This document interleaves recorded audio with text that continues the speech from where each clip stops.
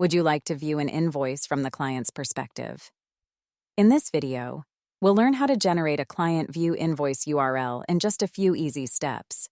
There are two ways to access the invoice: by clicking the hyperlink button to open it directly, or by copying and pasting the URL into a new tab to view the invoice in the client view format. Let's get started. To start, let's head to the Invoices section. Locate the invoice you want to view from the client's perspective and click on its ID. This will open the invoice details page. Next, click the More button and select Client View URL to generate the invoice's unique link. First, I'll demonstrate viewing it by clicking the View Invoice hyperlink button.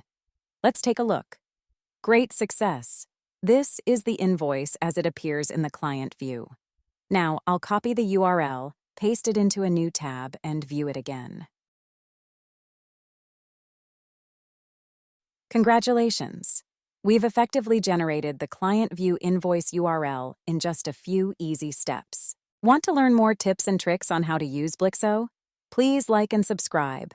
Not a Blixo customer yet? Want to grow sales, manage subscriptions, improve retention, and automate accounting? Sign up for Blixo today by visiting Blixo.com.